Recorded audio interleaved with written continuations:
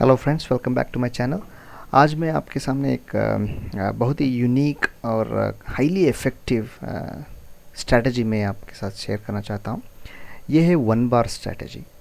ये one bar strategy होता क्या है कि बेसिकली हम लोग हायर टाइम फ्रेम्स पे, ठीक है, हायर टाइम फ्रेम्स पे असेसमेंट करते हैं और नेक्स्ट डे का कैंडल कैसे प्रिंट हो सकता है ये हम एंटिसिपेट करेंगे या फिर एक्सपेक्टेशन करेंगे, और उसको कैसे यूटिलाइज करके हम हमारे एडवांटेज पे यूज़ कर सकते हैं। ये होता है वन बार स्ट्रैटेजी।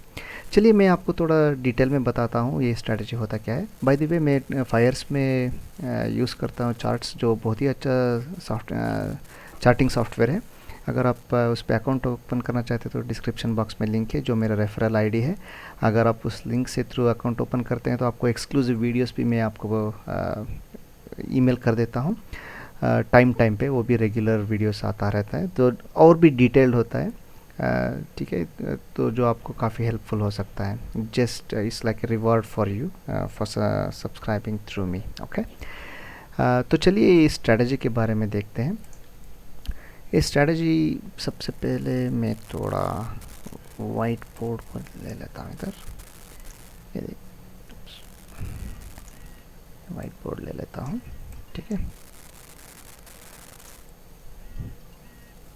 जैसे मैंने कहा, ये है वन बार स्ट्रैटेजी, ठीक है।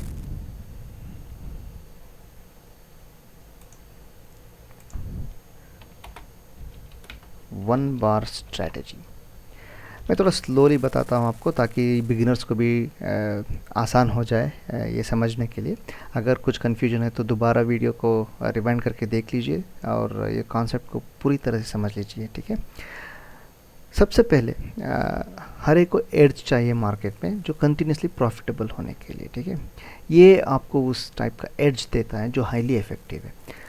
जो आपको भी पता है, सबको भी पता है, मार्केट सिर्फ तीन चीज़ें कर सकते हैं। या फिर वो बुल बार प्रिंट कर सकता है, या फिर बेयर बार प्रिंट कर सकता है, या फिर रेंज बार प्रिंट कर सकता है, ठीक है। रेंज बोले तो मतलब वो इंडिसिशन बार भी ऐसे बोल सकते हो, ठीक है। चलिए मैं लिख लेता हूँ इंडिसिशन बार, ठीक है। ये तीनों में से एक ही बार प्रिंट कर सकता है, ठीक है। आपको याद होगा जब आप मल्टीपल चॉइस क्वेश्चंस पे आप आंसर करना चाह रहे हो तो काफ़ी एग्जाम्स पे ऐसे मल्टीपल चॉइस क्वेश्चंस आते हैं। अगर आपको एक किसी क्वेश्चन के बारे में ठीक से पता नहीं है आंसर, तो आप क्या करोगे? प्रोसेस ऑफ एलिमिनेशन यूज़ करोगे ना। मतलब आप ये देखोगे कि ये आंसर तो बिल्कुल भी नहीं हो सकता, ये आंसर बिल्कुल भी नहीं हो सकता। बाद में आपको एक या दो ऑप्शंस रहेगा, उसके उस बीच में आप एक को डिसाइड कर लेते हैं। बिल्कुल वही हम करने जा रहे हैं, ठीक है। लेकिन इस पे क्या होता है, हम हायर टाइम फ्रेम्स की असेसमेंट के थ्रू एक ऑप्शन को निकाल रहे हैं, ठीक है। मतलब क्या है, हम हायर टाइम फ्रेम्स पे असेसमेंट करते हैं, जो मैं आपको डिटेल में बाद में बताता हूँ। अगर हमारे हायर टाइम फ्रेम्स के असेसमेंट के बाद ये कंक्लूड करें कि नेक्स्ट डे का कैंडल डेफिनेटली बुल बार नहीं हो सकता है, तो हम क्या कर रहे हैं, इस ऑप्शन को एलिमिनेट कर रहे हैं। तो हमारे पास क्या बचा? या फिर वो बेयर बार प्रिंट कर सकता है या फिर रेंज बार प्रिंट कर सकता है, ठीक है। डेफिनेटली नॉट अ बुल बार। अगर हमारा असेसमेंट ठीक से किया हो और मार्केट भी ऐसे ही प्रिंट किया, तो वो बेयर बार ही प्रिंट करेगा या फिर इंडिसिशन बार प्रिंट करेगा। लाइक इस नथिंग इज़ 100% अश्योर, वो बुल बार भी प्रिंट कर सकता है। हम तीनों सिनारियोस को हम एग्जामिन करते हैं, ठीक है। मान लीजिए कि कल, जैसे कि मैंने कहा, हम डेफिनेटली बुल बार नहीं एक्सपेक्ट कर रहे हैं, ठीक है। हमारा असेसमेंट के थ्रू ये कंक्लूड किया है, definitely, okay, definitely not a bull bar, ठीक है। तो इसके हिसाब से वो वो बेयर बार प्रिंट कर सकता है और रेंज बार प्रिंट कर सकता है, ठीक है। नाउ सिनेरियोस देखते हैं हमारे प्रॉफिटेबिलिटी का, ठीक है। अगर वो बेयर बार ही प्रिंट करेगा जैसे हमारे असेसमेंट है, तो उस सिनेरियो में हमें मेजर प्रॉफिट्स मिलेगा, ठीक है। अगर वो रेंज बार प्रिंट करता है, तो ठीक है। रेंज बार प्रिंट करता है तो हमें माइनर प्रॉफिट्स होगा और माइनर लॉसेस होगा, ठीक है। अगर वो बुल बार प्रिंट कर देता है तो हमारा स्टॉप लॉस हिट होता है और कुछ नहीं। इसीलिए हमेशा हर ट्रेड के पीछे आपका स्टॉप लॉस होना बहुत ही ज़रूरी है, ठीक है। तो बेस्ड ऑन दिस एंट्री और स्टॉप लॉस आप अपना क्वांटिटी साइज सेट कर सकते हैं अपने रिस्क एपेटाइट के ऊपर, ठीक है। तो मान लीजिए कि हमारा असेसमेंट सही निकला और मार्केट भी जैसे हमारा असेसमेंट के जैसे ही वो बेयर बार प्रिंट किया, अगर बेयर बार प्रिंट किया तो हमें मेजर प्रॉफिट्स होगा, रेंज बार प्रिंट किया तो वो माइनर प्रॉफिट या माइनर लॉसेस होगा। सो दूसरा सिनेरियो क्या हो सकता है, अगर हमें लगता है कि वो डेफिनेटली नॉट अ बेयर बार, ठीक है, तब क्या होता है, हमारा असेसमेंट हायर टाइम फ्रेम्स के असेसमेंट थ्रू हमने ये कंक्लूड किया कि वो डेफिनेटली नेक्स्ट डे बेयर बार नहीं हो सकता है।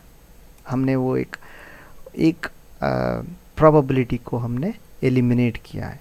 तब क्या हो सकता है, वो बुल बार प्रिंट कर सकता है और रेंज बार प्रिंट कर सकता है, ठीक है। अगर बुल बार प्रिंट किया तो हमें क्या होता है, मेजर प्रॉफिट्स आ जाएगा, ठीक है।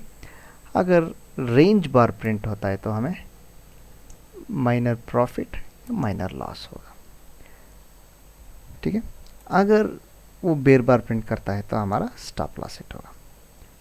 ये कॉन्सेप्ट आपको समझ में आ गया होगा, मैं समझता हूँ। एक बार समराइज़ करता हूँ। ये वन बार स्ट्रेटजी होता क्या है, हम हायर टाइम फ्रेम्स को यूज़ करके, मैं इसलिए इसको हाईली इफेक्टिव स्ट्रेटजी बता रहा हूँ क्योंकि आप सबको पता है हायर टाइम फ्रेम का असेसमेंट जो होता है उसका रिलायबिलिटी बहुत ज़्यादा है कंपेयर टू 5 मिनट्स, 1 मिनट और 3 मिनट्स। ऐसे टाइम फ्रेम्स का असेसमेंट से कंपेयर किए तो हायर टाइम फ्रेम्स का काफ़ी रिलायबल होता है, ठीक है। इसीलिए इसको अगर आप सही तरीके से असेसमेंट कर दिए तो आपके पास एक बहुत ही हाईली रिक्वायर्ड एड्ज होगा मार्केट में, ताकि वो आपको profitable trader consistently profitable trader बनाता रहेगा, ठीक है। बस आपको रूल्स और डिसिप्लिन रहना चाहिए और आपका मनी मैनेजमेंट सही होना चाहिए, जो इन सब के बारे में मैं आने वाले वीडियोस में और डिटेल में बताता हूँ, ठीक है। तो इस स्ट्रैटेजी का सिंपल सा कॉन्सेप्ट है, प्रोसेस ऑफ एलिमिनेशन है, वन बार स्ट्रैटेजी। आपको पता है मार्केट बुल बार या बेयर बार या रेंज बार प्रिंट कर सकता है। अगर आपके असेसमेंट के थ्रू ये कंक्लूड किया कि कल बुल बार डेफिनेटली नहीं हो सकता है तो वो बेयर बार या रेंज बार प्रिंट करेगा। अगर आपका असेसमेंट सही निकला तो बेयर बार ही प्रिंट करेगा तो आपको मेजर प्रॉफिट्स होगा, रेंज बार प्रिंट किया तो माइनर प्रॉफिट या माइनर लॉसेस होगा, ठीक है। तो चलिए मैं इस कॉन्सेप्ट को चार्ट्स के थ्रू थोड़ा और डिटेल में बता देता हूँ। अगर आपको कहीं भी कन्फ्यूजन हुआ तो आप कमेंट बॉक्स में पूछ सकते हैं या फिर दोबारा वीडियो को डिटेल में देख सकते हैं, सारा क्लैरिटी मिल जाएगा आपको। तो चलिए मैं कुछ चार्ट्स दिखाता हूँ आपको, ठीक है। ये फायर्स में ना आपको मल्टीपल चार्ट लेआउट बनाने आसान है एक्चुअली।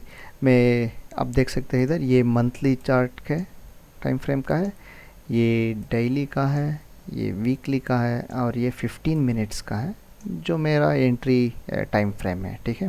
तो असेसमेंट के लिए मैं मंथली, वीकली और डेली करता हूँ, ठीक है। तो आप देख सकते हैं इधर HCL टेक्नोलॉजीज़, ये 17 नवंबर को ये काफ़ी अच्छा बेयर बार प्रिंट किया है, ठीक है। तो असेसमेंट करते वक्त असेसमेंट के बारे में ज़्यादा डिटेल्ड वीडियो में आने वाले वीडियोस में कर देता हूँ, बड़ी ब्रीफली मैं बताता हूँ। ये आप देख सकते हैं मंथली में काफ़ी सारा रिजेक्शंस आ रहा है ऊपर से, ठीक है, और ये काफ़ी ऊपर भी जा चुका है, तो ऑब्वियसली उसका एक रिट्रेसमेंट होना काफ़ी ज़रूरी है और रीज़नेबल है ये रिट्रेसमेंट एक्सपेक्ट करना, ठीक है। अच्छे लेवल पर आ रहा है और ये कंटिन्यूसली क्या कर रहा है, ये नीचे एक लोअर हाई क्रिएट करके आ रहा है। तो इधर थोड़ा पॉज किया तो एक अच्छा वाला मतलब बेरिश प्रेशर देखने को मिल रहा है।